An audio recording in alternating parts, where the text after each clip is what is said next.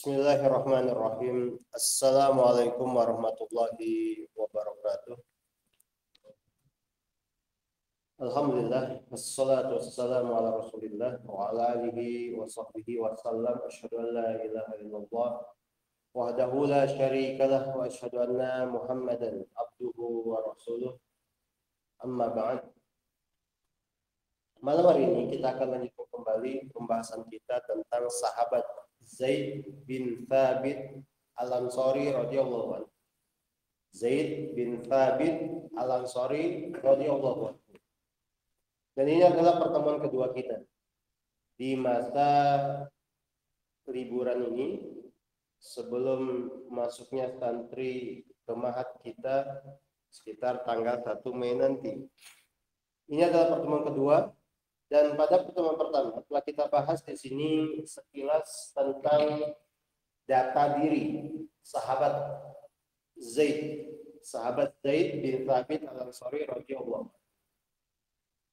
Seperti yang telah kita sebutkan, beliau bernama Zaid. Nama beliau adalah Zaid. Ayah beliau adalah Thabit bin Zaid. Ayah beliau adalah Thabit bin Zaid. Dan dari jalur ayah, beliau berasal dari kabilah Bani Najjar. Kabilah Bani Najjar adalah kabilah yang paling afdol dari kabilah-kabilah di kalangan Ansor. Kabilah Bani Najjar. Jadi Zaid bin Thabit An-Najjari. An-Najjari Al-Ansari radhiyallahu. Ayah beliau, Thabit, ini meninggal dunia ketika Zaid masih berumur 6 tahun. Ketika Zaid masih berumur 6 tahun. Dan ini kejadian 5 tahun sebelum Rasulullah hijrah ke Madinah. Thabit, ayah Zaid, meninggal dunia di perang Bu'ad. Perang Bu'ad ini adalah perang saudara antara kalangan Aus dan Khazraj. Aus dan Khazraj ini dua kelompok penting dalam kalangan Ansor, dalam golongan Ansor. Karena Ansor adalah istilah untuk penduduk asli kota Madinah yang masuk Islam. Mereka terdiri dari dua suku. Pertama suku Aus dan suku Khazraj. Sebelum masuk Islam mereka berperang. Mereka berperang satu sama lain dan perang tersebut telah memakan korban yang banyak. Memakan korban, kemudian memakan waktu yang panjang. Lalu mereka dipersatukan dengan Islam. Nah, Zaid karena itu beliau sudah menjadi seorang anak yatim sejak umur 6 tahun. Ibu Zaid adalah Nuar. Ibu Zaid namanya Nuar, sama dari Bani Najjar juga. Nuar bintu Malik An-Najjariyah. Nuar ini setelah menjanda, kemudian menikah dengan seorang laki-laki Ansor yang bernama Umaroh. Umaroh bin Hazm. Umaroh bin Hazm Al-Ansari radhiyallahu anhu. Jadi Zaid punya ayah kandung. Ayah kandung beliau meninggal dunia waktu beliau masih berumur 6 tahun. Lalu Zaid punya ayah sambung. Ayah sambungnya bernama Umaroh. Zaid. Jadi ini identitas Zaid secara ringkas. Zaid sendiri ketika Rasulullah datang ke Madinah berumur 11 tahun. Ini Zaid. Nah, bersama ayah sambung beliau, Zaid tinggal di satu rumah yang jaraknya tidak jauh dari rumah-rumah Rasulullah SAW.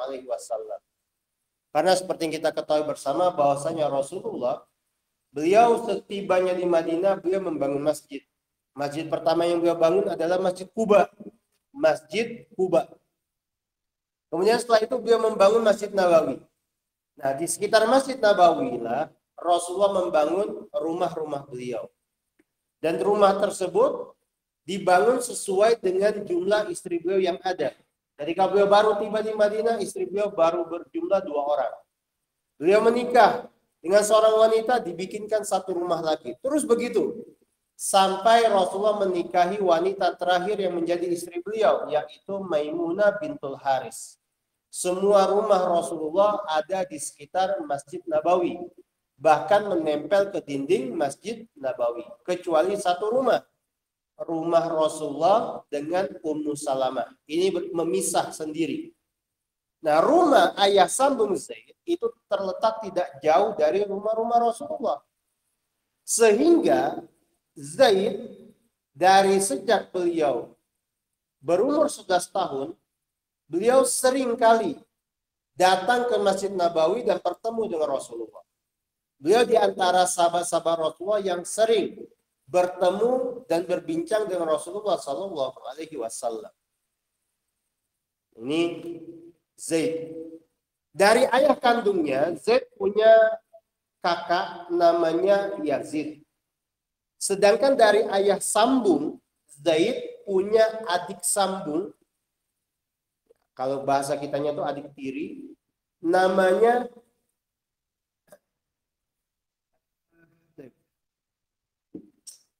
Malik. Namanya Malik. Jadi dari ayah kandung beliau punya seorang kakak namanya Yazid. Sedangkan dari ayah sambung beliau punya seorang adik namanya Malik. Namanya Malik. Ayah sambung beliau Umarah masuk Islam, begitu juga ibu beliau Nuar masuk Islam. Ini keterangan yang kita sampaikan pada pertemuan pertama. Sekarang kita lihat bagian berikutnya dari kehidupan Zaid bin Thabit radhiyallahu anhu. Zaid bin Thabit radhiyallahu anhu, beliau masuk Islam ketika beliau masih berumur sekitar 10 tahun. Jadi sebelum Rasulullah hijrah ke kota Madinah, beliau sudah masuk Islam. Dan ini masuk Islamnya beliau besar kemungkinan karena pengaruh ayah sambung beliau, Umarah. Karena Umarah ini salah seorang tokoh Ansor dan ikut dalam salah satu peristiwa bersejarah, yaitu Baiat Aqobah kedua. Hadirin sekalian, Baiat Aqobah kedua ini terjadi pada tahun ke-13 dari tahun kenabian.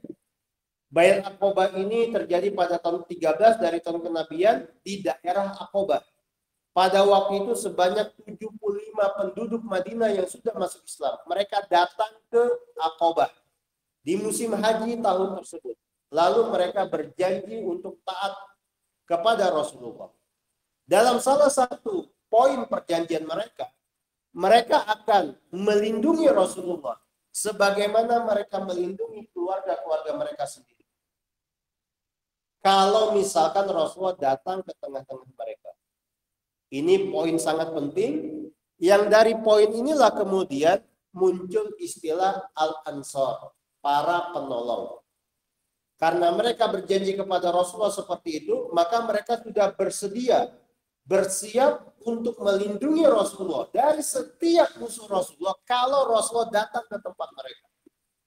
Nah, karena itulah setelah peristiwa tersebut, mulai terjadinya hijrah ke kota Madinah. Pada waktu itu, diantara yang berjanji kepada Rasulullah dengan janji yang tadi kita sebutkan adalah ayah sambung Zaid, Umarah bin Hazm al-Ansari. Zaid bin Thabit radhiyallahu anhu masuk Islam di saat-saat seperti itu. Beliau masuk Islam dan kemudian beliau menghafal ayat-ayat Al-Quran yang telah turun kepada Rasulullah SAW. Perlu kita ingat bersama bahwa sahabat-sahabat Ansor yang tinggal di Madinah sebelum datang Rasulullah SAW telah datang menemui mereka di Madinah sahabat Rasulullah yang bernama Mus'ab bin Umair. Jadi Rasulullah mengirim sahabat Mus'ab bin Umair sengaja untuk mengajari para sahabat Ansor ayat-ayat Al-Quran dan syariat-syariat Islam yang telah turun kepada Rasulullah. Jadi inilah sosok guru pertama mereka, Mus'ab bin Umair radhiyallahu anhu. Nah, Mus'ab bin Umair bukan hanya mengajarkan kepada mereka syariat-syariat Islam seperti tata cara wudhu atau tata cara sholat 5 waktu. Beliau juga mengajarkan kepada mereka tafsir ayat-ayat Al-Quran yang sudah turun, yaitu ayat-ayat Makkiyah. Dari sanalah kemudian Zaid mulai menghafalkan Al-Quran. Dan hafalan Zaid itu lumayan banyak jika dibandingkan dengan sahabat-sahabat Ansor lainnya. Sehingga ketika Rasulullah SAW datang ke Madinah, hijrah ke Madinah, Beliau dibawa oleh ibu beliau menghadap Rasulullah. Jadi ketika Rasulullah tiba di Madinah, beliau mulai menetap di Madinah. Keluarga Zaid membawa Zaid menghadap Rasulullah. Lalu dikatakan kepada Rasulullah, "Ya Rasulullah, ada gulamun min Bani Najjar." Wahai Rasulullah, ini ada seorang anak kecil, seorang bocah dari kalangan Bani Najjar. Waqad qara'a mimma unzila 'alaika sab'a asyrata suratan. Anak ini sudah hafal sebanyak 11 surat yang telah turun kepadamu. Jadi perlu kita ketahui bersama bahwa yang namanya ayat-ayat Makkiyah, surat-surat Makkiyah adalah surat-surat yang turun kepada Rasulullah sebelum Rasulullah hijrah ke Madinah. Dari surat-surat tersebut kita bisa lihat setiap surat Makkiyah yang ada di dalam Al-Quran, ya, itu bisa kita pastikan turun sebelum Rasulullah datang ke Madinah.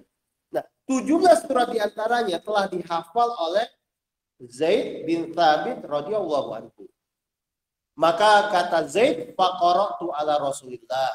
Aku pun membacakan hafalanku kepada Rasulullah pada waktu itu. Fa'ajabahu dzalik. Ternyata Rasulullah takjub. Rasulullah takjub.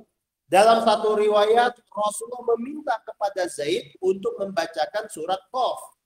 Maka dibacakanlah oleh Zaid surat Qaf kepada Rasulullah. Dari hafalannya langsung. Rasulullah pun takjub. Fa'ajabahu. Rasulullah takjub terhadap Zaid dengan hafalan Quran yang telah dimiliki oleh Zaid. Padahal ingat, Zaid waktu itu baru berumur 11 tahun. 11 tahun itu kurang lebih seperti anak kelas 5 banin. Kelas 5 banin. 17 surat telah dihafal. Tentu saja kalau kita mendengarkan keterangan seperti ini, jangan kita langsung simpulkan 17 surat itu adalah surat-surat yang ada di juz amma. Bukan. Surat-surat tersebut tentu saja surat-surat panjang. Surat-surat yang akan membuat Rasulullah takjub. Ya. Karena surat-surat yang dimaksud tentu saja adalah surat-surat yang panjang. Dan surat-surat Makkiyah yang panjang itu banyak. Surat-surat Makkiyah yang panjang itu banyak. Seperti misalnya surah Al-Qasas. Jadi bayangkan surat-surat panjang yang turun di Mekah telah dihafal oleh Zaid. Rasulullah takjub. Ya, Rasulullah takjub dengan hafalan Zaid. Nah, setelah mendengarkan bacaan Zaid, kemudian Rasulullah takjub. Rasulullah SAW kemudian berkata secara khusus kepada Zaid, "Ya Zaid, ta'allam li kitab Yahud." Wahai Zaid, coba engkau pelajari bahasa Yahudi. Engkau pelajari bahasa Yahudi. Wahai Zaid, coba engkau pelajari bahasa Yahudi untukku. Jadi Rasulullah menyuruh Zaid, menugaskan Zaid untuk mempelajari bahasa Yahudi. Untuk Rasulullah. Maksudnya Rasulullah menyuruh Zaid supaya Zaid menguasai bahasa Yahudi yang nanti kata Rasulullah, fa inni wallahi ma'amanuhum ala kitabi. Sesungguhnya aku nggak merasa aman dengan surat-surat yang datang kepadaku dari sisi mereka. Jadi Rasulullah sengaja menyuruh Zaid mempelajari bahasa Yahudi untuk menjadi penerjemah Rasulullah. Ini poinnya. Jadi bukan sekedar iseng nyuruh Zaid, wahai Zaid pelajari bahasa Yahudi, sana bagus pokoknya. Enggak, tetapi apa? Rasulullah menyuruh Zaid mempelajari bahasa Yahudi supaya nanti kalau datang surat-surat dari Yahudi kepada Rasulullah, Zaidlah yang akan menjadi penerjemah. Maka kata Zaid, fata'allamtuhu fama madali nisfu syahrin hatta hazaktuhu. Aku pun segera mempelajari bahasa Yahudi. Dan tidaklah berlalu setengah bulan kecuali aku telah menguasai bahasa Yahudi. Nah, ini poin penting berikutnya. Jadi setelah diperintah oleh Rasulullah, Zaid segera mempelajari bahasa Yahudi. Dan beliau bisa menguasai bahasa Yahudi hanya dalam tempo setengah bulan. 15 hari kurang. 15 hari kurang. Ingat, beliau masih berumur 11 tahun. Jadi nggak perlu sampai bertahun-tahun lamanya. Pakai level ya, intermediate, advance, ya, beginner, enggak. Langsung 14 hari selesai. Beliau pelajari bahasa Yahudi untuk Rasulullah. Wa kuntu aktubu li Rasulillah sallallahu alaihi wasallam idza kataba lahum. Dan setelah itu, setelah aku kuasai bahasa Yahudi, akulah yang menulis surat untuk Rasulullah jika Rasulullah ingin mengirim surat kepada orang-orang Yahudi. Aku yang menulis surat Rasulullah jika Rasulullah hendak mengirim surat kepada orang-orang Yahudi. Jadi dari sini bisa kita simpulkan inilah inti dari perintah Rasulullah. Rasulullah ingin Zaid menjadi penerjemah antara beliau dan orang-orang Yahudi. Karena orang-orang Yahudi, Rasulullah merasa nggak nyaman dengan mereka. Rasulullah merasa nggak aman dengan mereka. Maka ditugaskanlah Zaid untuk belajar bahasa Yahudi. Para ulama kemudian menyebutkan dari cerita ini, bolehnya kita mempelajari bahasa-bahasa asing selain bahasa Arab. Lianna man ta'allama lughata qaumin amina syarrahum wa makrahum. Sebab siapa saja yang mempelajari bahasa satu kaum, maka dia akan aman dari segala keburukan mereka dan dari segala makar mereka. Ini poin pertama. Manfaat kita mempelajari bahasa satu kaum, ya, karena kita bisa aman dari keburukan dan makar-makar mereka. Tentu saja Zaid mempelajari bahasa Yahudi karena diperintah Rasulullah. Karena diperintah oleh Rasulullah Sallallahu Alaihi Wasallam. Artinya mempelajari bahasa asing selain bahasa Arab, kalau kita berarti selain bahasa Arab, itu ada muqayyadnya, ada sesuatu yang dikaitkannya. Zaid dalam hal ini mendapatkan tugas dari Rasulullah sebagai penerjemah Rasulullah dengan orang-orang Yahudi. Artinya ada poin penting di situ. Ada poin penting di situ. Asy-Syaikh Muhammad bin Shalih Al-Utsaimin juga pernah mengatakan bahwa beliau menyesal tidak bisa menguasai bahasa Inggris. Karena kalau beliau bisa menguasai bahasa Inggris, niscaya beliau akan lebih giat berdakwah di kalangan orang-orang yang bahasa ibunya bahasa Inggris. Atau bahasa yang dimampuinya adalah bahasa Inggris. Karena bahasa Inggris adalah bahasa internasional. Dengan menguasai bahasa Inggris, beliau berharap apa yang beliau dakwahkan itu bisa sampai lebih banyak lagi kepada orang-orang Eropa, kepada orang-orang Barat yang kita tahu mayoritas mereka adalah non-Muslim. Nah, di sini kita dapati pelajaran penting tentang manfaat mempelajari bahasa asing. Tentu saja kalau ada muqayyadnya, ada tujuan pastinya. Jadi bukan sekedar untuk hobi, bukan sekedar untuk just kayak gitu. Bukan sekedar untuk pamer skill, bukan sekedar untuk untuk dipamerkan ke orang-orang, bukan seperti itu. Tapi ada tujuan pasti di balik penguasaan bahasa asing tersebut. Kemudian dari apa yang tadi kita sampaikan, cerita bagaimana Rasulullah menyuruh Zaid menguasai bahasa Yahudi, fihi aidon dilalatun ala itina'in Nabi sallallahu alaihi wasallam bisyabab wa taujihi taqatihim ila ma fihi silahul mujtama wal khairu wan naf'u lahum. Baik. Jadi di sini kita dapati poin penting berikutnya, pelajaran penting berikutnya bahwa Rasulullah sallallahu alaihi wasallam beliau memiliki perhatian khusus terhadap anak-anak muda. Beliau memiliki perhatian khusus terhadap orang muda, para pemuda. Dan beliau mengarahkan apa yang mereka miliki, potensi yang mereka miliki untuk hal-hal yang bermanfaat bagi masyarakat. Baik itu kebaikan, baik itu sesuatu yang besar, yang berguna bagi masyarakat mereka. Jadi Rasulullah punya perhatian khusus untuk anak muda, untuk para remaja, untuk para pemuda. Sehingga beliau sebagai pemimpin kaum, sebagai pemimpin negara, beliau mengarahkan anak-anak mudanya untuk begini, untuk begitu. Untuk hal-hal yang bermanfaat untuk mereka dan pastinya untuk masyarakat mereka. Misalnya tadi, Zaid disuruh untuk menguasai bahasa Yahudi. Sehingga dari sini kita dapati bahwa yang namanya anak muda, anak remaja, para pemuda, mereka adalah unsur masyarakat yang perlu diarahkan. Unsur masyarakat yang sangat potensial. Dan Rasulullah tidak mengabaikan mereka. Tidak membiarkan mereka menjadi sampah-sampah masyarakat. Yang kerjanya hanya menghambur-hamburkan harta orang tua. Yang kerjanya hanya pamer-pamer di media sosial.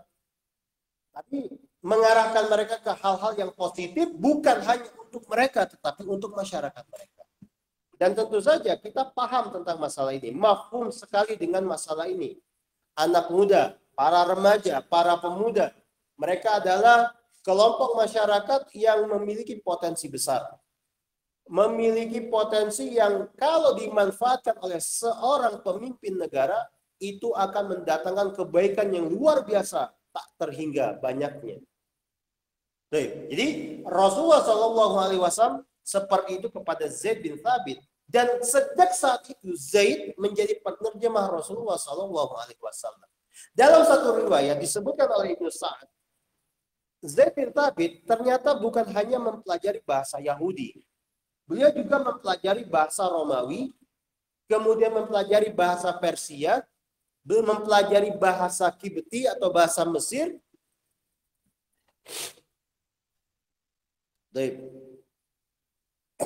Dan itu dilakukan oleh Zaid karena memang ada manfaat khusus yang dikehendaki oleh Rasulullah SAW pada diri Zaid. Ibnu Sa'ad menyebutkannya dalam kitab At-Tabaqat Al-Kubra. Dalam kitab At-Tabaqat, Rasulullah SAW ketika beliau memulai dakwah secara tulisan, yang menulis surat-surat Rasulullah untuk pemimpin-pemimpin kerajaan, raja-raja yang ada di Romawi, Persia, Mesir, dan sekitarnya, itu Zaid bin Thabit. Dan ini terjadi pada tahun ke-7 Hijriah.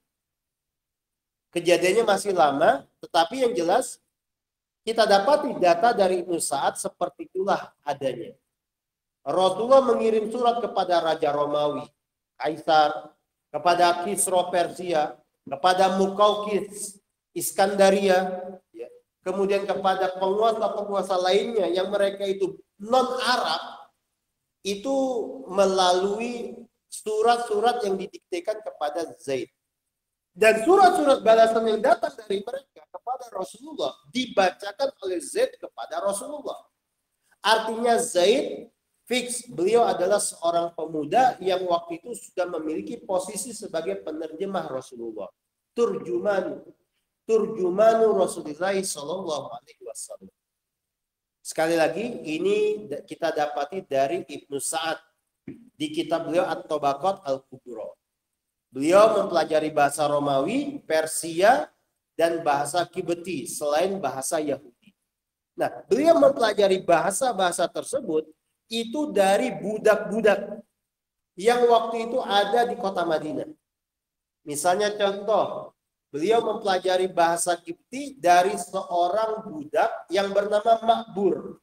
Ma'bur ini adalah seorang laki-laki yang kalau bahasa Indonesianya itu seorang kasim. Kasim itu anak remaja yang direkrut oleh seorang raja supaya melayani istananya, melayani keperluan istananya bagian dalam untuk menjalani tugas itu. Sebelum menjalani tugas itu kemaluannya dikebiri. Supaya dia nggak macam-macam kepada putri, kepada anggota keluarga lainnya, dan seterusnya. Jadi dikebiri. Dan tradisi ini sudah ada di kalangan bangsa Afrika sejak zaman dahulu sekali. Nah, anak-anak remaja tersebut direkrut oleh raja, dikebiri, kemudian ditugaskan di dalam istana. Nah, ada seorang kasim namanya Ma'bur, ini bertugas di istana Muqawqis, ya, Raja Mesir, Raja Iskandaria. Ketika datang surat dari Rasulullah kepada raja, raja kemudian mengirimkan balasannya berupa hadiah 2 orang gadis.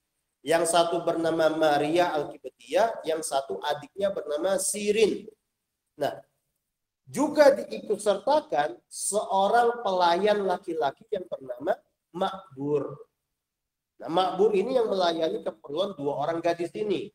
Yang nanti kita ketahui Maria ini menjadi budak Rasulullah, Sirin menjadi budak sahabat Hasan bin Thabit Al-Ansari radhiyallahu anhu. Nah, dari Makbur inilah kemudian nanti Zaid mempelajari bahasa Mesir, bahasa Kipti. Ini yang kita dapati keterangannya dari Ibnu Sa'ad rahimahullah di kitab At-Tabaqat. Tapi insya Allah akan kita bahas secara lebih jauh. Yang jelas Zaid, beliau salah seorang penerjemah Rasulullah Shallallahu Alaihi Wasallam dan beliau diperintah oleh Rasulullah untuk mempelajari bahasa Yahudi. Dalam riwayat lainnya, Rasulullah Shallallahu Alaihi Wasallam bertanya kepada Zaid, "Atusinu Suryaniyah, innaha ta'tini." Apakah engkau paham bahasa bangsa Suryani, bahasa yang biasa dipakai oleh orang-orang Yahudi? Sesungguhnya datang kepadaku surat-surat dari mereka. Kultulah, aku belum, aku tidak menguasainya. Qala, kata Rasulullah Shallallahu Alaihi Wasallam pada Zaid, fata'allamha, maka pelajarilah. Maka dipelajari oleh Zaid dan beliau pun mempelajari bahasa tersebut lalu menguasainya dalam tempo 17 hari. Ini riwayat kedua. Kalau riwayat pertama jelas-jelas kita dapati istilah bahasa Yahudi.